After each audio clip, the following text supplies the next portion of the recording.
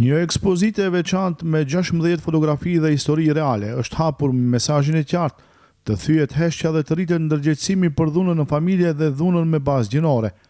Në fjalën e saj para të pranishmëve, Sibajete Zenku, si drejtuese e Qendrës për të Drejtat e Grave Etika në Gostivar, theksoi se kjo ngjarje nuk është thjesht artistike, por një thirrje e fuqishme për reflektim dhe veprim.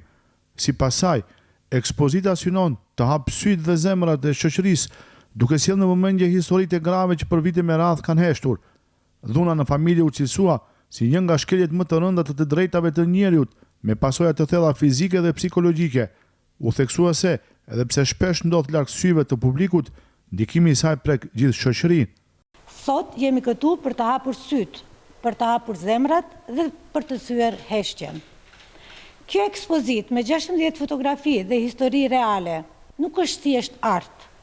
Është një dëshmi, është kujtesë, është zë.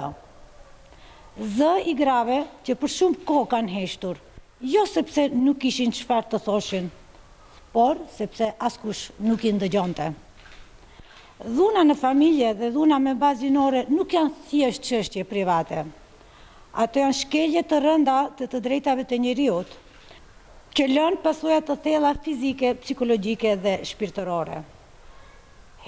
Dhuna ndodh në heshtje, pas dyerve të mbyllura, por ndikimi i tyre përhapet në të gjithë shoqërinë. Sipas të dhënave të prezantuara, vetëm gjatë vitit 2025 në vend janë regjistruar mbi 1200 viktima të dhunës në familje, shumica prej tyre gra. Çdo statistik, u tha në këtë aktivitet, përfaqëson një histori të vërtetë dhe një zë që kërkon të dëgjohet. Fotografitë e ekspozuara paraqesin rrëfimit të guximit dhe mbijetesës, duke dëshmuar se edhe në situatat më të vështira ekziston shpresa. Përmes tyre, organizatorët synojnë të inkurajojnë viktimat të flasin dhe shoqërinë të reagojë. Vetëm në vitin 2025, në vendin tonë, janë regjistruar mbi 1200 viktima të dhunës në familje, shumica gra. Por pas çdo numri fshihet një histori, një jetë, një zë që kërkon të dëgjohet. Këto 16 fotografi nuk janë thjesht imazhe, ato janë rrëfime të guximit, janë histori të mbijetesës, janë dëshmi se edhe në errësirën më të thellë ekziston një dritë që nuk shuhet. Secila grua që ka ndarë historinë e saj këtu, ka bërë një akt të jashtëzakonshëm force. Ajo ka zgjedhur të mos heshtë, dhe për mësaj ne të gjithë kemi përgjegjësi të mos heshtim.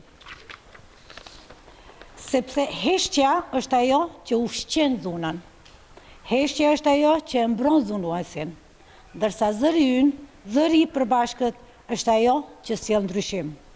Kjo ekspozit është thirrje të reflektojmë, të reagojmë, të veprojmë. Të ndërtojmë një shoqëri ku asnjë grua nuk jeton në frikë, ku dhuna nuk justifikohet, nuk relativizohet dhe nuk fshihet, ku çdo viktim ndihet e mbrojtur, e dëgjuar dhe e fuqizuar. Sot, duke parë këtë fotografi, mos i shikni vetëm me sy, por ndjeni me zemër, dëgjoni historinë që ato tregojnë dhe mos harroni, ndryshimi fillon nga ne.